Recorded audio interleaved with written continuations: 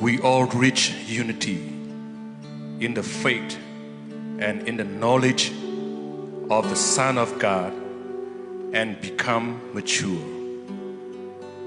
attaining to the whole measure of the fullness of Christ.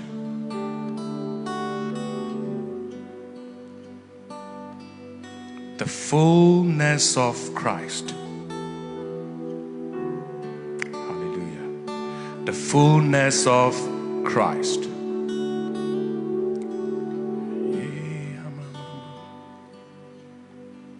Ngaroshi dmyadi yungji chendo lagaw. Piad ki taro gu ti chuan chendo lagaw. Tenyi tenyu de yao yui. Corridor yi ပြည့်စုံခြင်းပမာဏအယက်ဒီဟုသောကြီးရင်သောလူတို့၏အဖြစ်တို့ယောက်ျားဒီတိုင်အောင်ဖြစ်သည်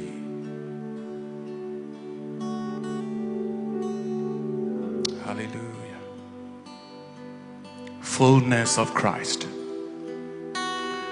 ခရစ်တော်ရဲ့ပြည့်စုံခြင်းပမာဏ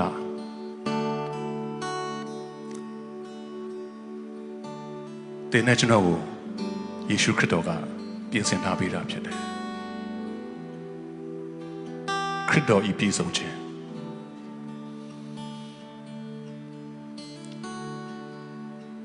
လောကမှာတင်တဲ့ကျွန်တော်ရှာနေတော့ပြည့်စုံခြင်းမဟုတ်လူတွေကြံစီလှုပ်ဆောင်နေတော့ပြည့်စုံခြင်းမဟုတ်ရွှေငွေစည်းစိမ်တွေကပေးနိုင်တဲ့ပြည့်စုံခြင်းမဟုတ်လောကရဲ့အောင်မြင်ခြင်းတွေကပေးတော့ပြည့်စုံခြင်းမဟုတ်ခရစ်တော်ဤပြည့်စုံခြင်းယေရှုခရစ်တော်အပြင်တင်တဲ့ကျွန်တော်ကိုခရစ်တော်ဤပြည့်စုံခြင်းပမာဏအယက်ဒီဟုတော့ကြီးရင်တော်လူတို့ဤအဖြစ်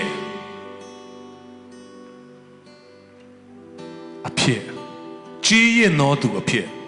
mature ရင့်ကျက်တော်သူဝိညာဉ်ရေးရမှာအရာရာမှာကြီးရင်ခြင်းရင့်ကျက်ခြင်းပမာဏရှိဖို့ရန်အတွက်တဲ့နဲ့ကျွန်တော်ကိုနေ့ရက်စဉ်တိုင်းမှာတန်ရှင်တော်ဝင်တော်ဘုရားကဆွဲခေါ်နေတယ်ယနေ့မှလည်းဒီမှာရှိနေတဲ့မိသားစုအရောက်ချင်းစီတိုင်းသူတို့ကပါဝင်နေကြတဲ့ online ပေါ်ကမိသားစုတွေမှစတယောက်ချင်းစီတိုင်းကိုတန်ရှင်တော်ဝင်တော်ဘုရားကအဲ့ဒီခရစ်တော်ရဲ့ပြည့်စုံခြင်းပမာဏကြီးထွားရင့်ကျက်သောအဖြစ်ကိုတက်လှမ်းနိုင်ဖို့ရန်အတွက်ဒီနေ့တင်နေကျွန်တော်ဒီနေရာမှာတင်နေကျွန်တော်အတူရှိပြီးတော့မှကျွန်တော်တို့စကားပြောနေပြီဝိညာဉ်တော်ဘုရားကိုယ်တိုင်တင်တို့တယောက်ချင်းစီတိုင်းကိုစကားပြောတော့ပြီဆိုတော့ကျွန်တော်ယုံကြည်တယ်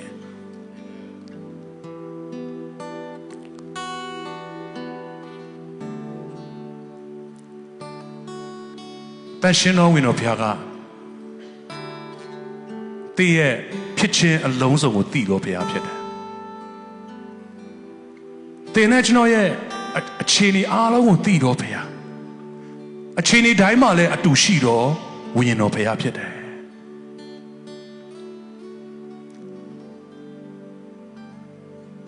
တင်နဲ့ကျွန်တော်လူအချက်ရှိသမျှကိုလည်းအမြဲတမ်းဖြည့်ဆည်းပေးဖို့ရန်အတွက်အမြဲတမ်းအစဉ်သင့်ရှိတော်ဝိညာဉ်တော်ဘုရားဖြစ်တယ်ကျွန်တော်တို့လိုချင်တဲ့အရာတွေကျွန်တော်တို့လိုအပ်တဲ့အရာတွေတကယ်တော့ကျွန်တော်တို့တကယ်လိုချင်တဲ့အရာကျွန်တော်တို့မသိပါဘူးကျွန်တော်တို့တကယ်လိုအပ်တဲ့အရာကိုလည်းကျွန်တော်တို့ကမသိပါဘူးဘာကိုပြောတာလဲတင်နဲ့ကျွန်တော်လိုချင်တဲ့အရာကျွန်တော်တို့လိုအပ်တယ်လို့ထင်တဲ့အရာအလုံးကဘာနဲ့ပဲဆိုင်တော့အရာတွေဖြစ်နေလဲဆိုတော့လောကအရာတွေအသွေးသားနဲ့ဆိုင်တဲ့အရာတွေလောကရဲ့မြင်ရတဲ့အရာတွေကျွန်တော်ကြည့်ပြီးတော့မှဒီအရာငါလိုချင်တယ်ဒီအရာတော့ငါလိုအပ်နေတယ်ဆိုပြီးတော့မှတင်ကထင်နေတယ်ဒါပေမဲ့တကယ်စစ်မှန်တော့တင်နဲ့ကျွန်တော်တို့လိုအပ်ကျွန်တော်တို့လိုချင်တဲ့အရာကျွန်တော်တို့တကယ်တန်တာတဲ့အရာကျွန်တော်တို့တကယ်လိုအပ်တဲ့အရာကိုကျွန်တော်တို့မသိပေမဲ့ကျွန်တော်တို့အထဲမှာရှိတော့သူတန်ရှင်တော်နဲ့ဘုရားကတာ၍သိတော်ကြောင့်တင်းရဲ့လိုအပ်တဲ့တင်းရဲ့အတွေ့အတာတင်းရဲ့ ကျွန်တော်တို့လောကအရာတွေပေါ်မှာကျွန်တော်တို့လိုအပ်တဲ့လိုချင်တဲ့အရာတွေကိုအဲ့ဒီအရာတွေထက်သူကတာ၍ပေးခြင်းတော့အရာကတင်တဲ့ကျွန်တော်တကယ်ကျွန်တော်တို့ရဲ့ဝိညာဉ်အတွက်ကျွန်တော်တို့ရဲ့ဘဝတစ်ခုလုံးအတွက်ကျွန်တော်တို့ရဲ့အသက်တာတစ်ခုလုံးအတွက်တကယ်ကိုကျွန်တော်တို့လိုအပ်တဲ့ကျွန်တော်တို့လိုချင်တဲ့အရာကိုဝိညာဉ်တော်ကအမြဲတမ်းဦးစားပေးပြီးတော့မှတင်တဲ့ကျွန်တော်ဖြည့်ဆည်းပေးတာဖြစ်တယ်ဒါမဲ့တစ်ခါတည်းကျွန်တော်တို့နားမလည်ဘူးအဲ့ဒီအရာဘာကြောင့်လဲဆိုတော့ဇာတိနဲ့ဝိညာဉ်ကဆန့်ကျင်ဘက်ဖြစ်တယ်ဘယ်တော့မှဇာတိတဘောနဲ့ဝိညာဉ်တဘောကဆန့်ကျင်ဘက်မှာရှိနေတယ်တင်နဲ့ကျွန်တော်ကဇာတိတဘောနဲ့စဉ်းစားပြီးတော့မှလိုချင်တယ်လိုအပ်တယ်ဆိုတဲ့အရာတွေကဝိညာဉ်တဘောမှာဝိညာဉ် spiritual realm နဲ့မှာပြကြည့်လိုက်ရင်ဝိညာဉ်ရေးရတဲ့မှာတန်ရှင်းလုံးနဲ့ပြတင်းကိုပေးခြင်းတော့အရာနဲ့တင်လိုချင်တဲ့အရာကပြောင်းပြန်ဖြစ်နေတတ်တယ်အဲ့ဒီအချိန်မှာကျွန်တော်ကနားမလည်နိုင်တော့ဘူးကိုတော့တားလိုအပ်တာကိုတော့မပေးဘူးလားသမီးလိုချင်တဲ့အရာကိုတော့မပေးတော့ဘူးလားတကယ်တော့မဟုတ်ဘူးတင်းရဲ့ဇာတိကနေလိုချင်တဲ့လိုအပ်နေတဲ့အရာထက်ဝိညာဉ်တော်ကတင်းကိုဗာပေးချင်တာဆိုတင်းရဲ့ spiritual realm ထဲမှာတင်းရဲ့ဝိညာဉ်လူထဲမှာဝိညာဉ်ရေးရမှာတင်းအတွက်တကယ်ကိုအရေးကြီးတော့လိုအပ်တော့လိုချင်တော့တင်းအတွက်ပြင်ဆင်ထားတဲ့အရာကိုဝိညာဉ်တော်ကဥစွာပေးချင်တာဖြစ်တယ်အဲ့ဒီဝိညာဉ်တော်အဖြစ်ပေးတဲ့ကျွန်တော်တို့တကယ်လိုအပ်တဲ့ကျွန်တော်တို့အတွက်တကယ်လိုချင်စရာကောင်းတဲ့ပြင်ဆင်ထားတဲ့ဖရာသခင်ပြင်ဆင်ထားတော့လူမျက်စိနဲ့မမြင်နားဖြင့်မကြားစိတ်နှလုံးဖြင့်မကြံစီရသေးတော့တန်ရှင်သောဝိညာဉ်တော်ဖရာကပဲဖြည့်ဆည်းပေးနိုင်တော့ဖွင့်ပြပေးနိုင်တော့နားလည်စေနိုင်တော့ဝိညာဉ်တော်အဖြစ်သင်တဲ့ကျွန်တော်ကိုပြင်ဆင်ပေးတဲ့အရာများတာ၍လိုချင်တော်သူတွေဖြစ်ဖို့ရန်အတွက်ကျွန်တော်အားပေးခြင်းတယ်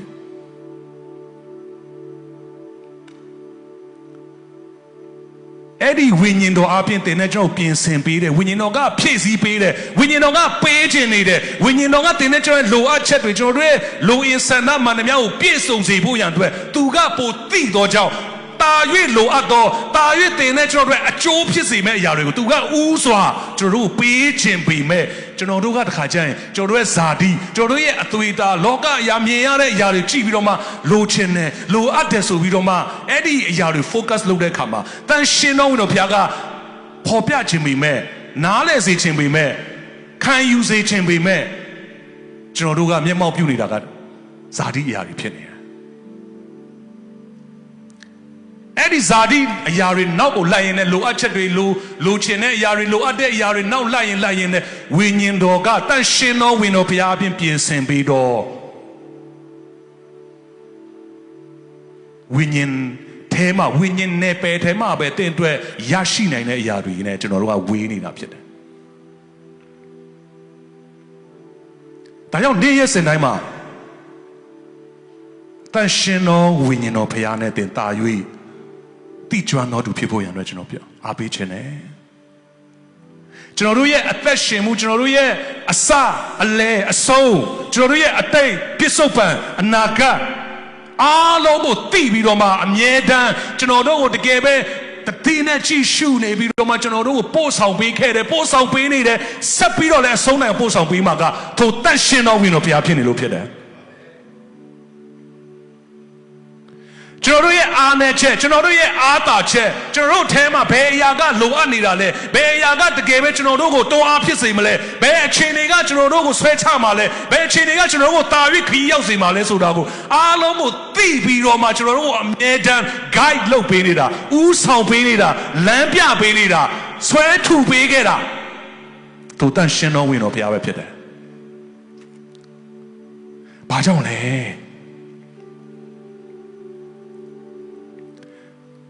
ထိုတန်ရှင်တော်ဝင်တော်ဘုရားကတင်နေကျွန်တော်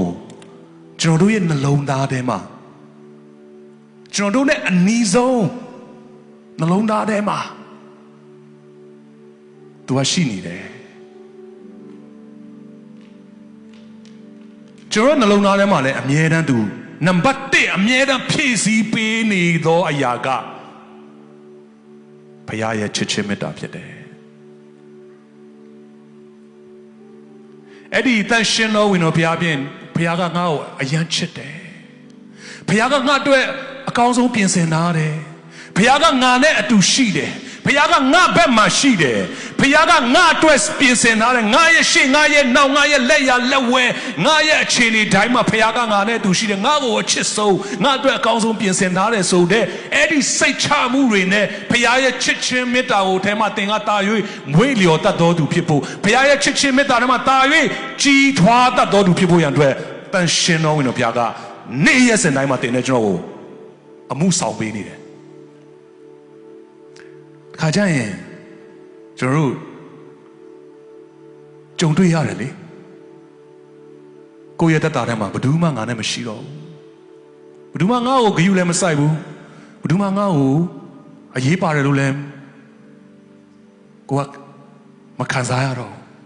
ကိုယ့်ရဲ့တက်တာထဲမှာအရာရာရှုံးနေပြီကြရှုံးနေပြီလမ်းဆုံးရောက်နေပြီဆိုပြီးတော့မှကျွန်တော်တို့လူတိုင်းကအဲ့ဒီလိုအခြေအနေမှာဘာဖြစ်သွားတတ်လဲကိုယ့်ရဲ့ခံစားချက်နောက်ကိုလိုက်ပြီးတော့မှပျက်စီးဖို့တွေဆုံးရှုံးဖို့တွေကိုတာ၍ကြုံတွေ့ရတတ်တယ်တကယ်တော့အဲ့ဒီလိုအချိန်မှာအဲ့ဒီလိုမျိုးတင်တဲ့ကျွန်တော်ရဲ့အသက်တာထဲမှာအဲ့လိုမျိုးအဆုံးစွန်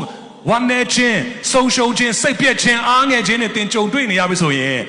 ကျွန်တော်တခုပြောပြခြင်းတယ်အဲ့ဒီလိုအချိန်မှာတင်နဲ့တာ၍ဝိညာဉ်တော်ကတင့်အတွက်တင့်ကိုထွေးပွေဖို့တင့်ကိုပြန်ပြီးတော့မှအားပေးဖို့ထူမဖို့တင့်ကိုပြန်ပြီးတော့နောက်ထပ်တင်မရောက်ဘူးတဲ့နယ်ပယ်တင့်အတွက်ပြင်ဆင်ထားတဲ့နေရာဒေသအခြေအနေတွေပို့ဆောင်ဖို့ရတော့ဝိညာဉ်တော်ကတင့်ကိုအထူးတစ်ဖြင့်တင့်ဘေးနားမှာတင့်အတွက် ready ရှိနေတာဖြစ်တယ်ဒီချိန်မှာစိတ်ကြစိတ်ပြည့်နေတဲ့သူတွေအခြေအနေမျိုးစုံထဲမှာလောကရဲ့အခြေအနေမျိုးစုံထဲမှာရိုက်ခတ်ခြင်းခံရတဲ့သူတွေတင်ရှိတဲ့နေရာမှာထိုတန့်ရှင်းတော်နဲ့ပြောင်းတင်ဖိတ်ခေါ်လိုက်နေရာပေးလိုက်ပါတင်ကိုယခုပင်လင်တင့်ထဲမှာငြိမ်သက်ခြင်းဝမ်းမြောက်ခြင်းဘုရားသခင်စီကလာတဲ့ချစ်ခြင်းမေတ္တာတင်ကိုပြန်ပြီးထွေးပွေထားတဲ့ငါ့ကိုအယံချစ်တဲ့ဘုရားကိုတော်သားကိုအယံချစ်တော်ကြောင့်သမီးကိုအယံချစ်တော်ကြောင့်ယေရှုတင်တယ်ကိုတော်သားရဲ့တက်တာတို့သမီးရဲ့တက်တာတို့ပြင်ဆင်ပေးတာတော့အရာတွေအိုးကိုတော်အခုသားနားလဲပြီသမီးနားလဲပြီဆိုတော့တင့်အထဲမှာတင်တော်မစင်စားဘူးတဲ့တခါမှမခံစားရဘူးတဲ့ဘုရားရဲ့ချစ်ခြင်းမေတ္တာဝမ်းမြောက်ခြင်းငြိမ်သက်ခြင်းတွေနဲ့တင့်ထဲမှာတကိုးပါတဲ့စိတ်တွေချစ်တတ်တဲ့စိတ်တွေရဲရင့်တဲ့စိတ်တွေရှင်းလင်းတဲ့စိတ်တွေပြန်ပြီးတော့မှဝိညာဉ်တော်ကတင့်ထဲမှာ restore လုပ်ပေးမှဖြစ်တယ်။ဘာကြောင့်လဲတန်ရှင်တော်ဝိညာဉ်တော်ဘုရားကကျွန်တော်တို့ဘယ်ကိုဥတီခေါ်ဆောင်နေလဲနေ့ရက်တိုင်းမှာခရစ်တော်ဤပြည့်စုံခြင်းပမာဏ fullness of Christကျွန်တော်ရဲ့အကျင့်ကိုကာယနဲ့ပြည့်စုံနိုင်တာမဟုတ်ဘူးကျွန်တော်ခုနပြောပြီးပြီလောကရဲ့ဘယ်အရာကမှပြည့်စုံစေနိုင်မှာလည်းမဟုတ်ဘူး fullness of Christ ခရစ်တော်ဤပြည့်စုံခြင်းပမာဏကိုကျွန်တော်တို့ကိုရောက်ရှိစေပြီးတော့မှအဲ့ဒီခရစ်တော်ဤပြည့်စုံခြင်းပမာဏထဲမှာကြီးရင်တော်လူတို့ရဲ့အဖြစ်တို့ရောက်ကြသည့်တိုင်အောင်ထိုတန်ရှင်တော်ဝင်တော်ဘုရားကတင်တဲ့ကျွန်တော်ဥဆောင်တော်မှာဖြစ်တယ်ဖြည့်ဆည်းပေးတော်မှာဖြစ်တယ်ဒါကြောင့်တန်ရှင်တော်နဲ့ဘုရားတာ၍အာတတ်တော်သူတွေဖြစ်ဖို့ကျွန်တော်အားပေးခြင်းတယ်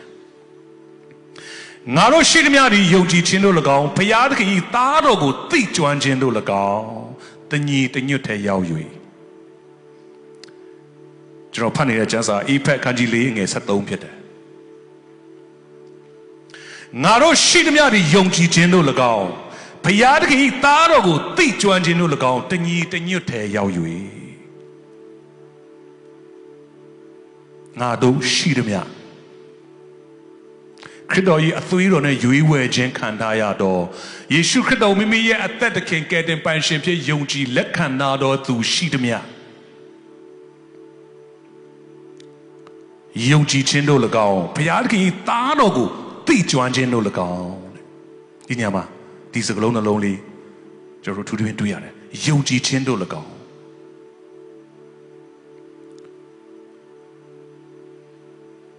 ကျွန်တော်တို့ရဲ့ယုံကြည်ခြင်းသိကျွမ်းခြင်းဒီအရာအားလုံးက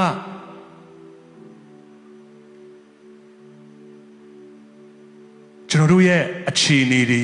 ကျွန်တော်တို့စဉ်းစားတွေးခေါ်တဲ့အရာတွေကျွန်တော်တို့လှုပ်ဆောင်နိုင်တဲ့အရာတွေအဲ့ဒီအခြေအနေပေါ်မှာမူတည်တဲ့အရာတွေတခုမှမဟုတ်ယုံကြည်ခြင်းစစ်မှန်သောယုံကြည်ခြင်းကိုသင်နဲ့ကျွန်တော်အသက်တာထဲမှာတာ၍အဲ့ဒီယုံကြည်ခြင်းနဲ့ပြည့်ဝစေဖို့ရန်အတွက်လဲထိုတန်ရှင်းတော်နဲ့ဘုရားပဲမဆပေးနေတာ ယုံကြည်ခြင်းဒီကြားနာခြင်းအပြင်ဖြစ်တယ်ကြားနာခြင်းဒီဖျားသခင်စကားတော်အပြင်ဖြစ်တယ်ဆိုတော့အဲ့ဒီဖျားစကားကိုတင်တဲ့ကြောင့်ရဲ့နှလုံးသားထဲမှာယုံကြည်နိုင်ဖို့စိတ်ချတတ်ဖို့ရန်အတွက်အမြဲတမ်းမဆပေးတာကထိုတန်ရှင်တော်ဝင်တော်ဖျားဖြစ်တယ်ကျွန်တော်ရဲ့အခြေအနေကောင်းတဲ့ပုံမှာကျွန်တော်ကယုံကြည်စိတ်ချနေတာမဟုတ်ဘူးရွှေငွေစည်းစိမ်အောင်မြင်မှုတွေကြွယ်ဝချမ်းသာမှုတွေရပြီးတော့မှဟာငါစိတ်ချတယ်ဘုရားငါ့ကိုဘုရားငါယုံကြည်တယ်ဆိုတော့အဲ့ဒီအခြေအနေပေါ်မှာဖြစ်ပေါ်လာတော့ယုံကြည်ခြင်းကိုပြောနေတာမဟုတ်တန်ရှင်တော်ဝင်တော်ဘုရားကအဲ့ဒီနှုတ်ကပတ်တော်ဘုရားစကားကိုသင်ကြားပြီးတော့မှအဲ့ဒီပေါ်မှာသင်ဝန်ခံလိုက်တဲ့အခါမှာတန်ရှင်တော်ဝင်တော်ဘုရားသင်ထဲမှာဖြစ်ပေါ်လာစီတော့ဖြည့်ဆည်းပြီးတော့ယုံကြည်ခြင်းအဲ့ဒီယုံကြည်ခြင်းကဖျားကိုနှစ်သက်စေတော့ယုံကြည်ခြင်းဖြစ်တယ်ကျွန်တော်ကစူးစမ်းပြီးဇွတ်ကြီးယုံနေတဲ့ယုံကြည်ခြင်းကိုပြောနေတာမဟုတ်နှုတ်ကပတ်တော်မပါလာဘဲနဲ့နှုတ်ကပတ်တော်အားဖြင့်မဟုတ်ဘဲနဲ့ဖျားစကားအားဖြင့်မဟုတ်ဘဲနဲ့တင့်ထဲမှာဖျားနှစ်သက်သောယုံကြည်ခြင်းမရှိဘူးဖျားနှစ်သက်သောယုံကြည်ခြင်းကသူ့ရဲ့စကားအားဖြင့်တင့်ထဲမှာဝိညာဉ်တော်ကဖြစ်ပွားလာစေတော့ဖြည့်ဆည်းပြီးတော့ယုံကြည်ခြင်းကိုပြောတာဖြစ်တယ်အဲ့ဒီယုံကြည်ခြင်းနဲ့အတူဘုရားကပါလေဘုရားတခင်သားတော်ကိုသိကျွမ်းခြင်းယုံကြည်ခြင်းနဲ့သိကျွမ်းခြင်းကတိုက်ရိုက်အချိုးကျနေတယ်ကျွန်တော်တက်တာမှာအဲ့ဒီအရာကိုမသိခဲ့တဲ့ချိန်မှာဘာဖြစ်တတ်လဲဘုရားကိုယုံလားယုံတယ်ဘုရားတတ်တယ်ဆိုတာယုံလားယုံတယ်ဘုရားကအကောင်းဆုံးပြင်ဆင်ပေးတယ်ကောင်းကြီးပေးတယ်ဆိုတာယုံလားယုံတယ်ဒါပေမဲ့ကိုယ့်ရဲ့အသက်တာထဲမှာအဲ့ဒီယုံကြည်တဲ့အတိုင်းပဲကိုယ့်အသက်တာထဲမှာမဖြစ်လာတဲ့အခါမှာကျွန်တော်နားမလည်နိုင်တော့ဟာငါဘုရားကိုယုံတာပဲဘုရားကိုယုံပြီးငါဆုတောင်းနေတာပဲဘုရားကိုယုံပြီးတော့ငါကျမ်းစာဖတ်နေတာပဲဘုရားကိုယုံပြီးတော့ငါအမှုတော်ဆောင်နေတာပဲဘုရားကိုယုံပြီးတော့ငါအသက်တာဘုရားလက်ထဲမှာစက္ကန့်အနံ့နာတာဒါပေမဲ့ငါအသက်တာထဲမှာမထူးခြားလာဘူးဘာလို့နေတာလဲခုနပြောပြီးယုံကြည်ခြင်းတို့၎င်းဘုရားတခင်သားတော်ကိုသိကျွမ်းခြင်းတို့၎င်းသိကျွမ်းခြင်းသင်ယုံကြည်ရဲ့ယုံကြည်တော်သူဖြစ်တယ်ဆိုရင်သင်ယုံကြည်တော်သူသင်ယုံကြည်တော်သူကိုသင်ကသိကျွမ်းတော်သူဖြစ်ဖို့အင်မတန်အရေးကြီးသွားပြီလိုအပ်ချက်အတွက်ယုံကြည်နေတာမဟုတ်တော့လိုချင်တဲ့အရာအတွက်ယုံကြည်နေတာမဟုတ်ဘူးကိုတော်ဖျားတတ်နိုင်တယ်ကိုတော်ကပေးနိုင်တယ်ကိုတော်ကမဆနိုင်တယ်ဖျားကကွယ်ကာနိုင်တယ်ဆိုလို့ယုံနေတာအဲ့ဒီယုံကြည်ခြင်းလောက်ပဲမဟုတ်တော့သိကျွမ်းခြင်းနဲ့ယုံတော်သူဖြစ်ဖို့ဒီနေ့မှာကျွန်တော်နှိုးဆော်ခြင်းတယ်ဘာကြောင့်လဲဘုရားခင်သားတော်ကိုသိကျွမ်းခြင်းတို့၎င်းသိကျွမ်းခြင်းထဲမှာသင်ရဲ့ယုံကြည်ခြင်းနဲ့ခြေလန်းလန်းခြင်းကတာ၍အဲ့ဒီယုံကြည်ခြင်းပေါ်မှာသင်မြင်တွေ့လာရမှာဖြစ်တယ်ကျွန်တော်တို့လူတစ်ယောက်နဲ့တစ်ယောက်တောင်မှမသိတဲ့လူတစ်ယောက်တင်ဘယ်လိုနှုတ်ဆက်လဲလမ်းမှာခါကျနှုတ်တော်မဆက်ဖြစ်ပါဘူးတွေ့ရလူတစ်ယောက်တွေ့တယ် hi hi နော်နိုင်ငံခြားမှာဆိုတော့ hi ဆို hi ပဲလို့သူလည်းမသိဘူးကိုလည်းမသိဘူးလေဒါမှတွေ့တော့ကလည်း hi hi ဆိုတော့အဲ့ဒီလူစီကနေသင်သိကျွမ်းခြင်းမရှိတဲ့အခါမှာဘာမှသူနဲ့တင်ဆက်ပြီး communicate လုပ်လို့မရဘူး hi ဆို hi ပြီးသွားလိုက်ပြီတောင်းနဲ့မသိဘူးလားသိတယ်ကိုယ့်အိမ်ဘေးနားလူပဲအများနဲ့တွေ့နေတာပဲ hi hi ဒါပေမဲ့သိကျွမ်းခြင်းမရှိဘူးသိကျွမ်းခြင်းမရှိတော့အဲ့ဒီတယောက်နဲ့တယောက်လူနှစ်ယောက်ရဲ့တက်တာထဲမှာဘာမှအကျိုးကျေးဇူးမခံစားရဘူးသိကျွမ်းခြင်းအပြင်ရလာတော့အကျိုးကျေးဇူးမရှိဘူးဖခင်နဲ့လည်းကျွန်တော်တို့က hi hi မလုပ်နေလို့မရဘူးတပတ်တစ်ခါလားကိုယ်ွယ်ချင်းနေမှာလာပြီကိုတော့ hi hi lord ဘာဖြစ်လဲသိလားဆိုသိပြီမဲ့သင်ဖခင်ကဖြစ်တော့ကြောင့်ကျွန်တော်တို့ကသိတယ်ကိုးကွယ်ကြတယ်ဒါပေမဲ့ဖခင်နဲ့ဖခင်တခင်သားတော်ကိုသိကျွမ်းခြင်းဆိုတဲ့တကယ်ယဉ်နီးကျွမ်းဝင်မိတ္တာဖွဲ့ခြင်း commune intimate relationship အဲ့ဒီအရာသိကျွမ်းခြင်းမရှိဘူးဆိုရင်ကျွန်တော်တို့ကခုနပြောတဲ့ခရစ်တော်ကြီးပြည့်စုံခြင်း fullness of Christ ကြီးရင်တော့ပမာဏဖြစ်တယ်ဘယ်တော့မှမတက်လာနိုင်ဘူးသိကျွမ်းခြင်းမရှိတော့ကြောင့်မသိတဲ့လူတယောက်ကိုတင်းကသွားပြီးတော့မှကျွန်တော် ကျွန်တော်ထဲမှာကျွန်တော်ဒါတင်းကိုပေးမယ်နော်တင်းအတွက်လှုပ်ထားမလို့တင်းကိုကျွန်တော်အကောင်းဆုံးကြံပေးမယ်နော်ဆိုရင်မသိတဲ့လူကလက်ခံလားလက်မခံဘူးလေတင်းနဲ့တိကျွမ်းခြင်းမရှိတဲ့ခါမှာတင်းရဲ့စကားကိုသူနားမထောင်ဘူးလေနားထောင်ဖို့လည်းအချိန်မရှိဘူးလေဒါမှတိကျွမ်းသွားတဲ့အခါမှာ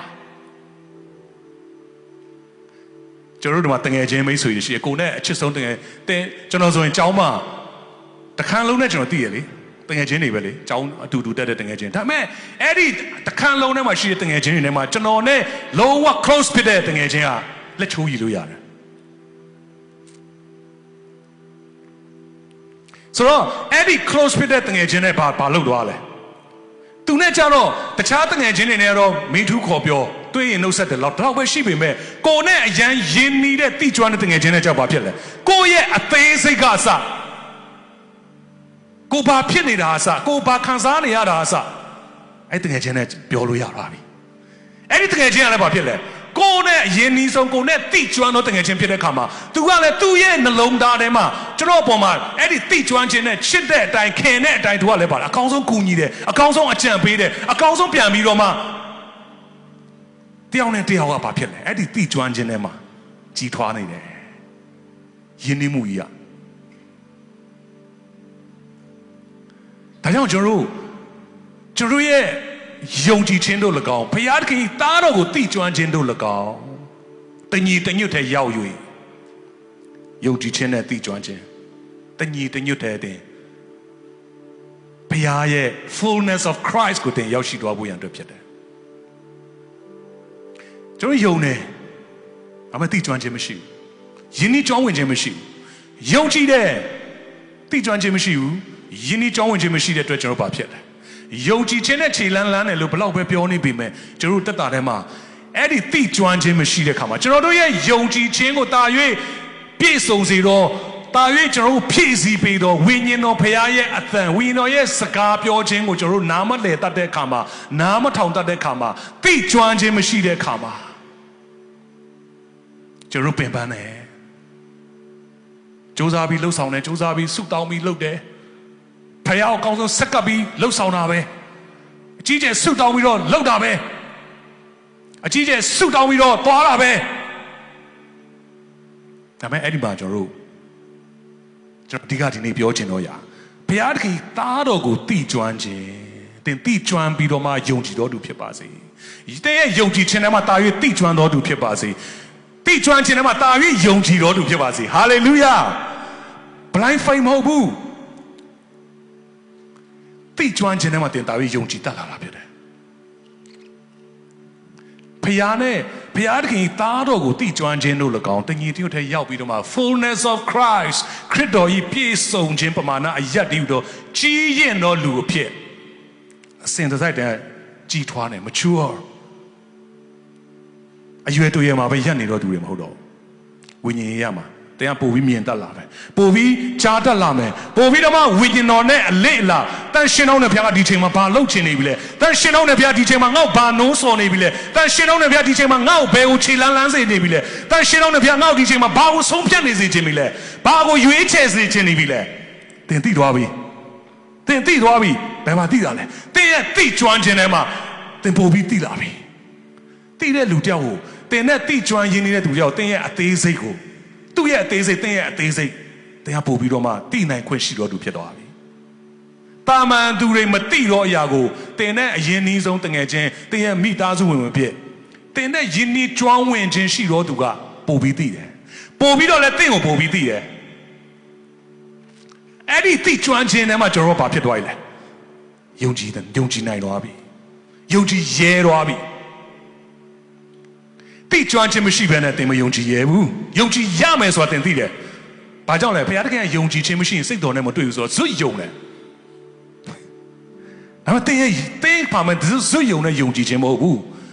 ဘုရားပြောတော့ယုံကြည်ခြင်းကဘုရားသခင်သားတော်ကိုသိကျွမ်းခြင်းအပြင်သင်ထဲမှာအဲ့ဒီရလာတဲ့ယုံကြည်ခြင်းသင်ထဲမှာဖြစ်လာတဲ့ယုံကြည်ခြင်းအဲ့ဒီယုံကြည်ခြင်းကိုဘုရားကစိတ်တော်နဲ့တွေ့တယ်အဲ့ဒီစိတ်တော်နဲ့တွေ့တဲ့သူတွေပါလေ fullness of Christ ခရစ်တော်ကြီးပြည့်စုံခြင်းပမာဏတက်လန်းရခေါ်သူဖြစ်သွားပြီကြီးရင်တော်အဖြစ် mature တင်းရဲ့ဖြစ်ချင်းပြောင်းသွားပြီမနေ့ကစဉ်းစားခဲ့တဲ့အရာတွေမနေ့ကအခြေအနေတွေပေါ်မှာကျွန်တော်တို့ကဘယ်လိုတုံ့ပြန်တယ်လဲဒီနေ့မှမတူတော့တင်းရဲ့ကြီးရင်ချင်းပမာဏရှိတဲ့တင်းရဲ့စဉ်းစားတွေးခေါ်မှုလှုပ်ဆောင်မှုဆုံးဖြတ်မှုရွေးချယ်မှုတွေအားလုံးကပြောင်းသွားပြီဘုရားသခင်အလိုတော်ရှိတော်ရသည်အဘယ်အရာဖြစ်ဒီကိုတင်တာ၍သိလာပြီဘုရားအဖြစ်လဲတန်ရှင်တော်နဲ့ဘုရားမဆာလိုက်တဲ့အခါမှာတင်သိတယ်။အော်ဘုရားကဒါဒီလိုဆိုနှစ်သက်တယ်။ဒီຢာကဘုရားနှစ်သက်တယ်။ဒီຢာကဘုရားမနှစ်သက်ဘူး။ဒီအခြေအနေကငါဘယ်လိုလုပ်ရမယ်ဆိုတဲ့တင့်ထဲမှာတင်းရဲ့အုံနောက်စဉ်းစားတွေးခေါ်မှုတွေအားလုံးကပြောင်းသွားပြီ။ဘာကြောင့်ပြောင်းသွားတာလဲ။တိကျွမ်းခြင်းတိကျွမ်းခြင်းကျွန်တော်ဇနီးတယ်နဲ့ကျွန်တော်အခုအိမ်ထောင်ကြတာ၈နှစ်ထဲမှာရှိလာပြီဆိုတော့အိမ်ထောင်မကြခင်မှာစပြီးတော့မှနော်တယောက်နဲ့တယောက်ချစ်သူရည်စားဖြစ်တဲ့အချိန်မှာတိကျွမ်းခဲ့တဲ့အရာနဲ့အခု၈နှစ်တာအိမ်ထောင်မှာကျွန်တော်ဖြတ်တန်းပြီးတဲ့အခါမှာတိကျွမ်းတဲ့အရာမတူတော့ဒါကြောင့်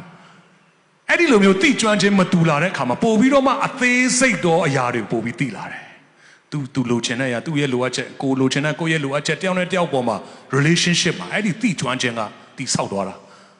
ပို့ပြီးနားလည်လာတယ်အရင်တော့နားမလည်ပေးနိုင်ခဲ့တဲ့အရာတွေအခုနားလည်တတ်သွားတယ်အရင်တော့မမြင်ပေးနိုင်ခဲ့တဲ့မမြင်ပေးတတ်တဲ့အရာတွေအခုမြင်တတ်သွားတယ်မြင်ပေးတတ်သွားတယ်သူ့ရဲ့အလိုဆန္ဒပါလဲသူဖြစ်ချင်တာပါလဲသူမပြောပေမဲ့ကိုကသိလာတယ်ဘုရားသခင်အလိုတော်ရှိတော်ရသည်အဘယ်အရာဖြစ်ဒီကိုသင်နိုင်မိကြောင်းစိတ်နှလုံးကိုအသစ်ပြင်ဆင်၍ပုံတံပြောင်းလဲခြင်းတို့ရောက်ကြလော fullness of Christ and maturity ခရစ်တော်၌ပြည့်စုံခြင်းနဲ့အတူကြီးရင်သောပမာဏတက်လန်းခြင်းကိုပြောနေတာဖြစ်တယ်အဲ့ဒီအရာအတွက်လိုအပ်သောအရာက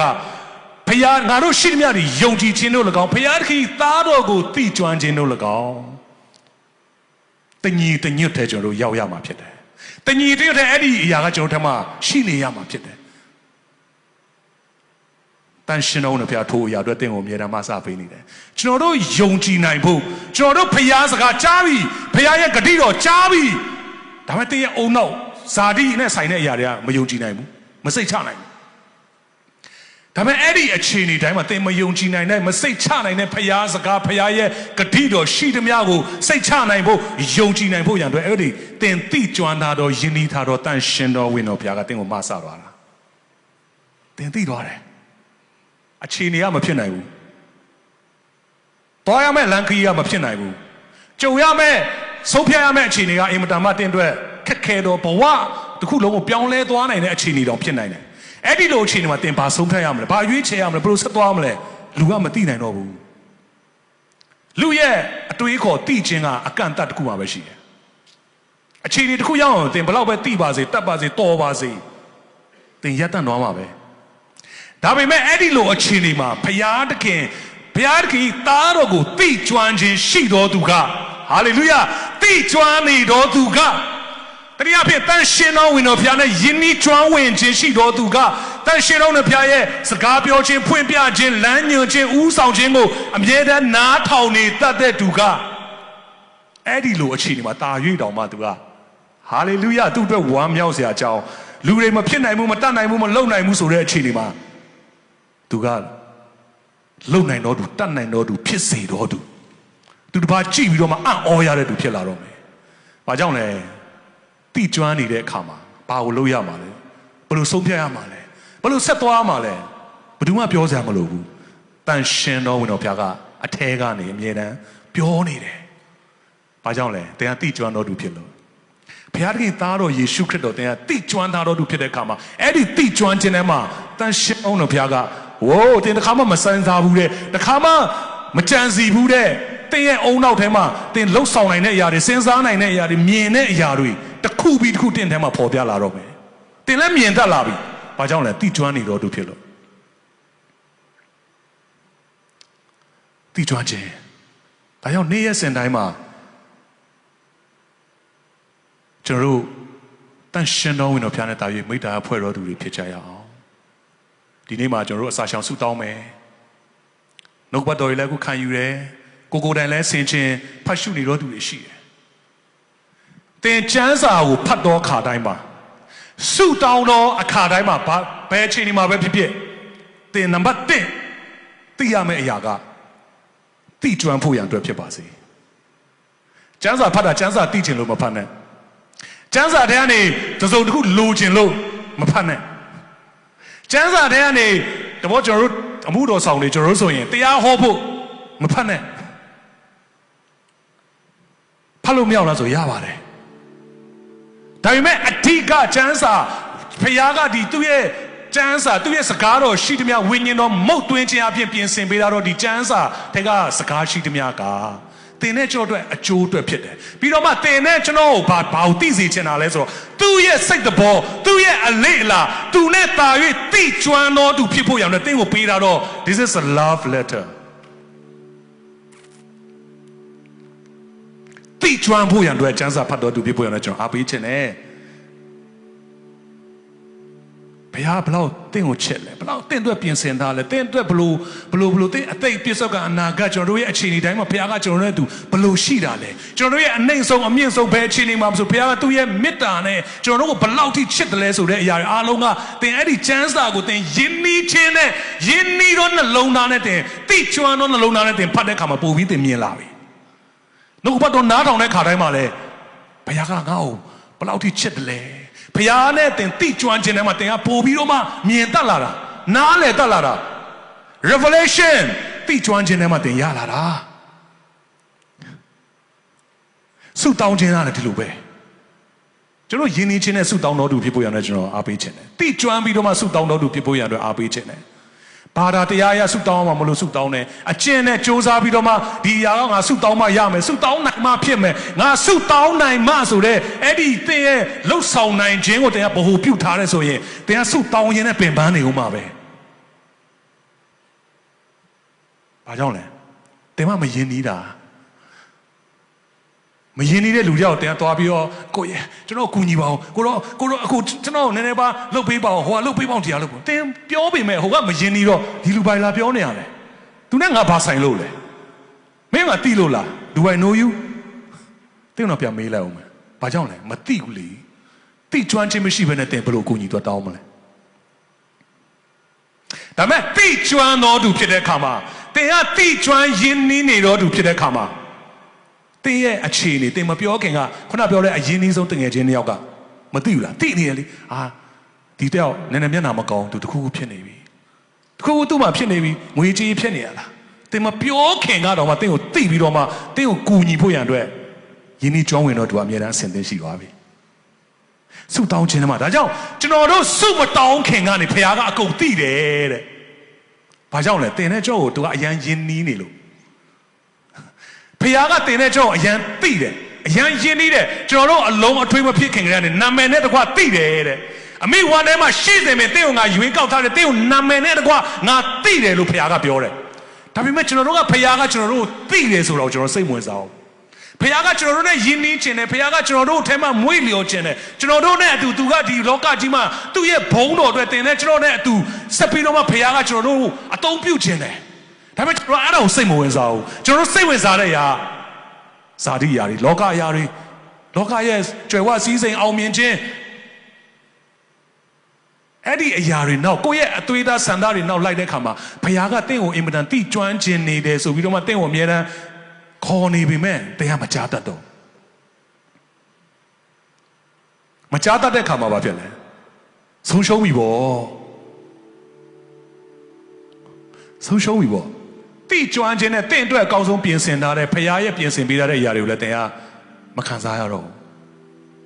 ။ဘာကြောင့်လဲတင်ကဖခင်နဲ့တိကျွမ်းဖို့ရန်အတွက်ပြန်ပြီးမရွေးချယ်ဘူး။ဖခင်တကယ်သားတော်ကိုတိကျွမ်းခြင်းတို့၎င်း fullness of Christ ခရစ်တော်ရဲ့ပြည့်စုံခြင်းပမာဏပြင်ဆင်ထားတော်ရာတွေ။ဒါကြောင့်နိုင်ငံတော်နဲ့ဖြောင့်မတ်ခြင်းကိုရှေးဥစွာရှာပါ။ဖခင်နဲ့တိကျွမ်းခြင်းတို့တင်ရှေးဥစွာဦးစားပေးတော်သူဖြစ်ပါစေ။တင်းရဲ့အခြေအနေတင်းရဲ့လိုအပ်ချက်တခုနဲ့တင်ဆုတောင်းတော့မယ်ဆိုရင်တင်းကိုတင်ပြန်ပြီးဆင်ခြင်ပါ။တင်းရဲ့ဆုတောင်းခြင်းထဲမှာတင်းရဲ့တိကျွမ်းခြင်းကိုတာ၍မြင့်တင်တော်သူဖြစ်ပါစေ။တိကျွမ်းနိုင်ဖို့ရတဲ့တာ၍ဆံငတ်တော်သူဖြစ်ပါစေ။နှုတ်ကပတ်တော်ကျမ်းစာခံယူတာပဲဖြစ်ဖြစ်နားထောင်တာပဲဖြစ်ဖြစ်ကိုယ်တိုင်ဆင်ခြင်ပတ်ရှုတာပဲဖြစ်ဖြစ်တိကျွမ်းဖို့ရတဲ့တင်ရဲ့နှလုံးသားကဆန္ဒရှိတော်သူဖြစ်ပါစေ။ကိုရောတာ၍သိချင်တယ် ဒီနေ့ကျွန်တော်တို့ခဏချီးမွမ်းတော့တယ်တိုး၍သိလေတိုး၍ချစ်လေတိုး၍လူချင်းတိကျွမ်းခြင်းထဲမှာတင်တာ၍သိလာတယ်တာ၍ဖခင်ရဲ့အလေးလားဖခင်နှစ်သက်တော်အရာဖခင်ရဲ့အလိုတော်ဖခင်ရဲ့အကြံစီတော်ဖခင်ကဆက်ပြီးတော့ကိုယ့်ရဲ့တက်တာအတွက်ပြင်ဆင်ထားတဲ့အရာတွေတင်မျက်လုံးနဲ့တင်ရဲ့ဇာတိမျက်လုံးနဲ့မမြင်ရပြီပဲတင်ရဲ့ဝိညာဉ်ထဲမှာတင်ရဲ့ vision ယူပါယုံနေနဲ့တင်ရှင်းလင်းစွာမြင်ရတော့သူဖြစ်နေပြီအဲ့ဒီလိုမျိုးမြင်တတ်သွားတဲ့ခါမှာလဲတင်ရဲ့အနာဂတ်အတွက်တင်စိတ်ချတတ်တော်သူဖြစ်သွားပြီယုံကြည်စွာနဲ့ယုံကြည်ခြင်းအပြည့်နဲ့တင်ခြေလန်းဆက်လန်းတော်သူဖြစ်သွားပြီဘာကြောင့်လဲတင်မြင်သွားပြီတင်ရဲ့ဝိညာဉ် spiritual realm နဲ့မှာတင်မြင်သွားပြီ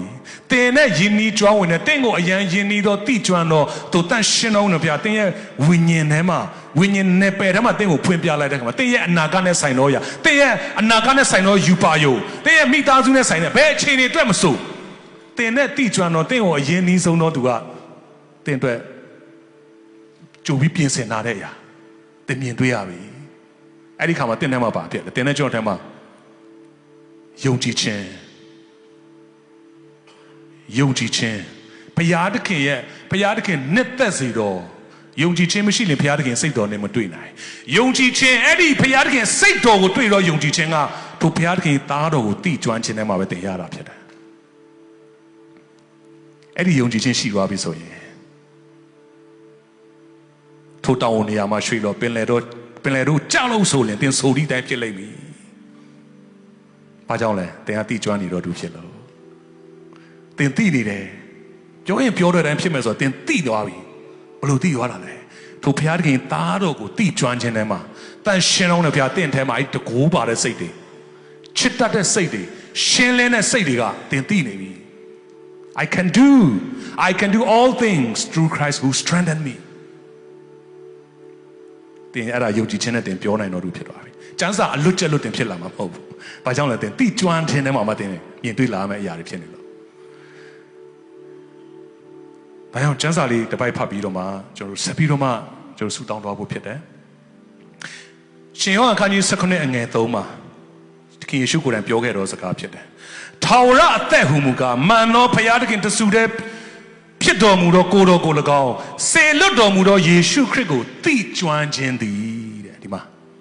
တင်နဲ့ကျွန်တော်ထာဝရအသက်ရထားတဲ့ထာဝရအသက်ရတော့သူလက်ထောင်ဆိုကျွန်တော်တို့အားလုံးထောင်ကြတယ်ထာဝရအသက်ရတော့သူလက်ထောင်ဆိုရင်ဗာလေထောင်နေဒါမဲ့ဒီမှာထာဝရအသက်ကပါလေထာဝရအသက်ဟူမူကားမှန်သောဘုရားသခင်တဆူတဲ့ဖြစ်တော်မူသောကိုယ်တော်ကို၎င်းစေလွတ်တော်မူသောယေရှုခရစ်ကို၎င်းသိကျွမ်းခြင်းသည်တဲ့တင်ထာဝရတဲ့ရတော်သူမှလည်းဆိုရင်တင်ကယေရှုခရစ်နဲ့တင်သိကျွမ်းတော်သူဖြစ်တယ်တဲ့ဒါမှကျွန်တော်ထာဝရတဲ့ရတယ်တော့ပြောပြီးမဲ့ကျွန်တော်တက်တာထဲမှာသိကျွမ်းခြင်းမရှိတဲ့ခါမှာကျွန်တော်ရဲ့အသက်တာတစ်ခုလုံးမှာပါဖြစ်တယ်သိကျွမ်းခြင်းမရှိတော့ဘာမှမခံစားရဘူးဟောမသိတဲ့လူတယောက်တင်သွားပြီးအကူအညီတောင်းနေရတဲ့သူဆုတောင်းရင်းနဲ့ပင်ပန်းနေတယ်တင်မှမသိကျွမ်းတာတိကျွမ်းခြင်းနဲ့ဆုတောင်းတော်သူဖြစ်ပါစေအာမင်တိကျွမ်းခြင်းနဲ့တာ၍ဖျားဝတ်တိုင်းမွေ့လျော်တော်သူဖြစ်ပါစေတိကျွမ်းခြင်းနဲ့တာ၍နှုတ်ကပတ်တော်ဆင်ခြင်အောင်မေ့ခံယူတော်သူဖြစ်ပါစေသင်ကြားနေရတော့အရာအလုံးကလည်းသင်တာ၍တိကျွမ်းဖို့ရန်အတွက်ပဲတန်ရှင်တော်နဲ့ဗျာသင်ကိုစကားပြောနေတာသင်ကိုဘလောက်ထိချစ်တယ်လဲသင်ကိုဘလောက်ထိဂရုစိုက်တယ်လဲသင်တဲ့ကြောင့်ဘလောက်ထိပြင်ဆင်ပေးထားတယ်လဲဆိုတာကိုလေတန်ရှင်တော်နဲ့ဗျာကအမြဲတမ်းအဲ့ဒါကိုဦးစားပေးပြီးပေါ်ပြလေးရှိတယ်ဘာကြောင့်လဲသင်နဲ့အရန်တိကျွမ်းခြင်းလို့တင်တဲ့ကျွန်တော်ရဲ့နှလုံးသားကိုသူကအရန်စိတ်ဝင်စားလို့ကျွန်တော်တို့ရဲ့အကျင့်နဲ့ကျွန်တော်တို့ဘယ်နိုင်ဆုတောင်းတယ်ဘယ်လိုဒူးထောက်တယ်ဘယ်လိုတွေလုပ်တယ်ကျွန်တော်တို့လှုပ်ဆောင်မှုသူစိတ်ဝင်စားတာမဟုတ်ဘူးကျွန်တော်တို့ရဲ့နှလုံးသားတိကျွမ်းခြင်းကနှလုံးသားနဲ့ဆိုင်တော့ရဖြစ်နေတယ်တင်နှလုံးသားထဲမှာတင်လူတယောက်ကိုနှလုံးသားထဲမှာမရှိဘဲနဲ့တင်မချစ်နိုင်ဘူးလေသွားပြီးမခင်နိုင်လူတချို့ဆိုရင်နေနေညာညာတွေ့နေတာပဲဒါပေမဲ့နှလုံးသားထဲမှာအဲ့ဒီလူအတွက်တိကျွမ်းခြင်းမရှိတဲ့ခါမှာဘာဖြစ်လဲဟိုသူဘာဖြစ်နေလဲစိတ်ဝင်စားဘာတွေခံစားနေရလဲသူလည်းမသိစိတ်လည်းမဝင်စားဘာကြောင့်လဲမတိကျွမ်းဘူးဒါကြောင့်ဒီနေ့မှာ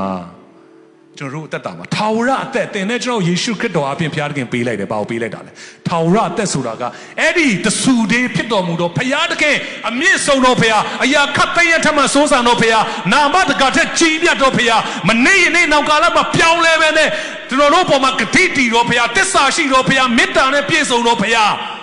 းကကာလဆုံးနေတယ်ကျွန်တော်တို့အဲ့အတူရှိမယ်ဆိုပြီးဂတိပေးတော်ဘုရားဘုံကြီးချင်းချီးမွမ်းခြင်းကိုးကွယ်ခြင်းအလုံးစုံခံထိုက်တော်မူသောဘုရားဘုရားတကာတို့ရဲ့ဘုရားဘုရင်တကာတို့ရဲ့ဘုရင်အရှင်တကာတို့ရဲ့အရှင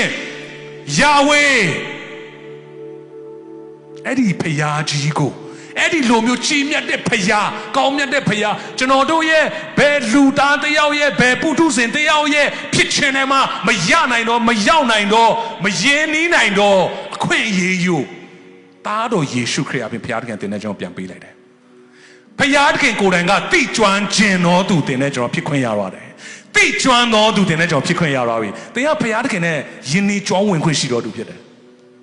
်ဘာသာတရားတွေကတင့်ကိုကန့်တတ်ထားလို့အမင်းအဲ့လိုဆုတောင်းရင်မင်းဒီလိုနေရင်မင်းဒီလိုထိုင်ရင်ဒီလိုလုပ်ရင်တော့မင်းကိုဖရားမကြိုက်ဖရားကဆုံးမမင်းဖရားနဲ့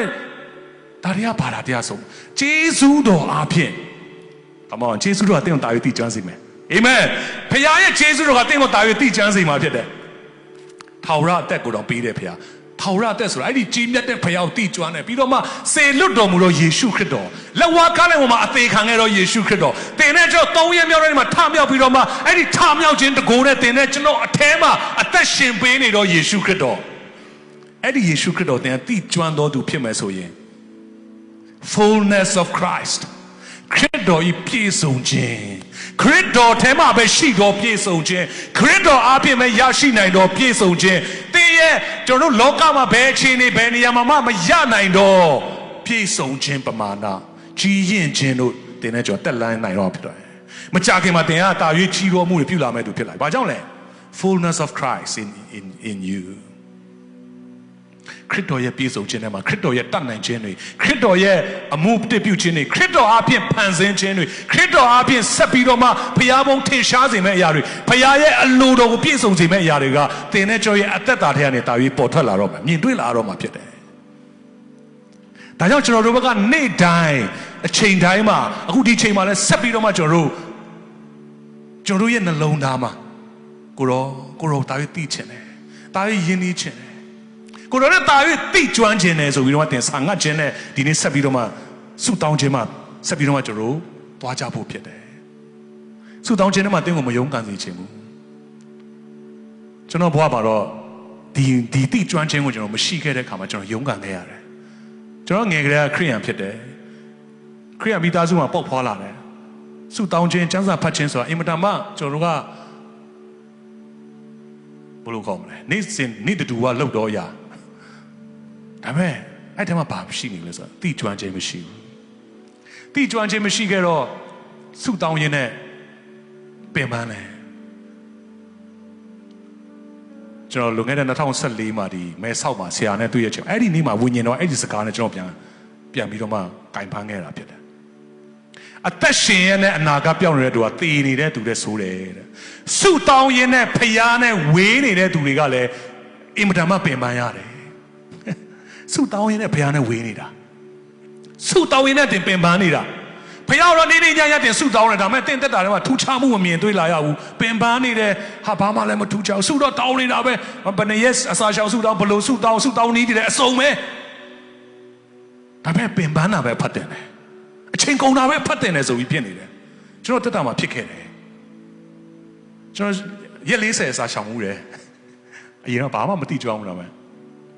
9ရက်အစာရှောင်တာတို့21ရက်အစာရှောင်တာတို့ကျွန်တော်ဒီအရွယ်တစ်ခုမှာပေါ့နော်ကျွန်တော်လှုပ်ချင်လို့လှုပ်တာမဟုတ်လှုပ်ရမယ်ဆိုတော့အဲ့ဒီလိုခြေတွေတစ်ခုနဲ့ရောက်သွားလို့ကျွန်တော်လှုပ်တယ်ဒါပေမဲ့တိကျွမ်းခြင်းမရှိတဲ့ခါမှာအဲ့ဒီအရာလဲအချင်းကြီးပဲဘာကြောင့်လဲမတိကျွမ်းဘူးလေတင်မတိကျွမ်းမနဲ့တင်အော်ဟစ်နေလဲတင်အတန်ပဲကုံသွားမှာပေါ့ဒါမဲ့တိကျွမ်းသွားတော့သူဖြစ်တယ်ဆိုရင်တိကျွမ်းခြင်းနဲ့မှတင်ကတကယ်ပဲဖခင်နဲ့တိကျွမ်းနေတို့ယေရှုခရစ်တော်ဂျေဇုတော်ဒီလိုယေရှုခရစ်တော်တင်ကတိကျွမ်းတော်သူဖြစ်တယ်ခရစ်တော်နဲ့တာ၍ယဉ်ဤကျွမ်းဝင်တော်သူဖြစ်တယ်တန်ရှင်တော်နဲ့ဖခင်ရဲ့အလေးလားတန်ရှင်တော်နဲ့ဖခင်တင်ရဲ့အထဲကနေတင်ကိုပြောနေတော့ရနိုးဆောင်နေတော့ရမြောက်တင်ကမြင်တတ်ကြားတတ်တော်သူဖြစ်ပြီဆိုရင်တော့တင်ရဲ့ဆုတောင်းချက်တွေကထူခြားပြီတင်ရဲ့ယုံကြည်ခြင်းနဲ့ခြေလန်းလန်းတဲ့အရာတိုင်းကထူခြားပြီ ဘာကြောင့်လဲတင်ကတိကျွမ်းနေလို့တင်ကတိကျွမ်းထားတော့သူကအရာခတ်သိမ်းရဲ့ထက်မှစိုးစံတော့အရာခတ်သိမ်းကိုပိုင်တအုပ်ဆိုတော့ဖယားကသူနဲ့တိတဲ့လူတယောက်ကိုသူကအကုန်စင်သူတာဝန်ယူတာဗောတိကျွမ်းခြင်းဒါကြောင့်ဒီနေ့မှလည်းကျွန်တော်ဆက်ပြီးတော့မှသူတိကျွမ်းခြင်းနဲ့မှတာ၍ဖယားတခင်နဲ့တင်စကားပြောပါတာ၍တိုး၍တိလေတိုး၍ချစ်လေတိုး၍လိုချင်ဒီချင်းလေးကိုကျွန်တော်ပြန်ပြီးချီးမွမ်းနေတဲ့ခါမှာလည်းတင်ပြန်ပြီးတော့မှသူဝိညာဉ်တော်ဘုရားနဲ့တင်ပြန်ပြီးစကားပြောပါသူမိရဲ့တက်တောင်ကိုတော့နဲ့တာ၍ရင်းနှီးချင်တယ်တင်ကိုယ်တိုင်ပြောပါတန်ရှင်တော်နဲ့ဘုရားတင်နဲ့သူအစဉ်သင်ရှိနေတယ်အွန်လိုင်းပေါ်ကညီကိုမောင်မတွေဒီနေ့ဒီမှာဆက်ပြီးဆုတောင်းတဲ့ခါမှာတင်တို့ကျွန်တော်တို့မိသားစုတွေအတူတူကဆက်ပြီးတော့မှဆုတောင်းကြမယ့်အရာတွေရှိတယ်ဒါပေမဲ့အဲ့ဒီဆုတောင်းခြင်းတွေအားလုံးတင်ရဲ့လိုအပ်ချက်တွေလိုချင်နေတဲ့အရာအားလုံးအတွက်လည်းတင်ရဲ့တိကျွမ်းခြင်းထဲမှာပဲတင်ကတာ၍မြင်တွေ့လာမှာဖြစ်တယ်။ထိုယေရှုခရစ်တော်နဲ့တိကျွမ်းခြင်းထဲမှာတင်ရဲ့ဆုတောင်းတင်လိုနေတဲ့အရာဆုတောင်းခံခြင်းတဲ့အရာတွေဆုတောင်းဖို့ရန်အတွက်တင်ပြချင်သောအရာတွေအားလုံးကတင်တော်မှမပြောခင်မှာတင်တော်မှဆုတောင်းဖို့ရန်အတွက်မတင်ပြရသေးတဲ့အခါမှာအဲ့ဒီတိကျွမ်းခြင်းထဲမှာတင်ကိုဘုရားသခင်တင်အတွက်အကုန်လုံးဖြည့်ဆည်းပေးလိုက်မှာဖြစ်တယ်။ဒါကြောင့်တိကျွမ်းတော်သူဖြစ်ဖို့ရန်အတွက်ဒီနေ့အားပေးခြင်းတယ်ကျေးဇူးတော်၌၎င်းထိုသခင်ကိုသိကျွမ်းခြင်း၌၎င်းကြီးပွားကြလော့ခရစ်တော်၏ပြည့်စုံခြင်း